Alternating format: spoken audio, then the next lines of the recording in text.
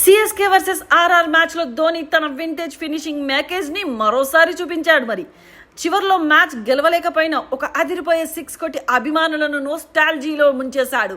Stadium మొత్తం కూడా ధోని ధోని అంటూ మారుమోగింది.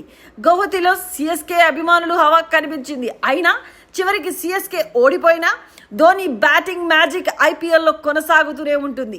మహేంద్ర సింగ్ ధోని ఒక కల్ట్ ఐకాన్, అత్యుత్తమ ఫినిషర్గా గుర్తింపు పొందిన అతను 2019లో అంతర్జాతీయ క్రికెట్కు వీడ్కోలు పలికినా ఇప్పటికీ ఐపీఎల్లో తన వింటేజ్ మేకేజ్తో అభిమానులను ఆకట్టుకుంటూనే ఉన్నాడు. సిఎస్కేకి 12 బంతుల్లో 39 పరుగులు అవసరమైనప్పుడు ఎల్లో ఆర్మీ ధోని మరోసారి గేమ్ ఫినిష్ చేస్తాడని ఆశతో ఎదురు చూసింది. చివరికి ధోని మ్యాచ్ను గెలిపించలేకపోయినా తన స్టైల్లో ఫినిష్ చేయాలని ప్రయత్నించాడు. 19వ ఓవర్లో అతను ఒక 4 ఒక 6 కొట్టాడు. ఓవర్ మొదటి బంతికి 4 కొట్టిన ధోని 4వ బంతికి తన సిగ్నేచర్ ఫ్లాట్ 6 బాదాడు.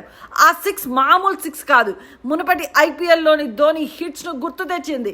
ఇది స్లో లెంత్ బంతి, అవుట్ సైడ్ ఆఫ్. ధోని తన మాస్ స్టాండ్లోకి వెళ్ళి అదిరిపోయే 6 కొట్టి సిఎస్కే శిబిరంలో ఒక్కసారిగా ఉత్సాహాన్ని పెంచేశాడు.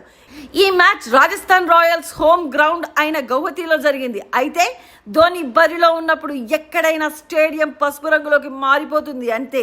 అభిమానులు ధోని ధోని అంటూ నినాదాలు పెట్టారు. గౌహతిలో రాజస్థాన్ ఫ్యాన్స్ కన్నా సిఎస్కే అభిమానులే ఎక్కువగా ఉన్నట్లు కనిపించింది. మరి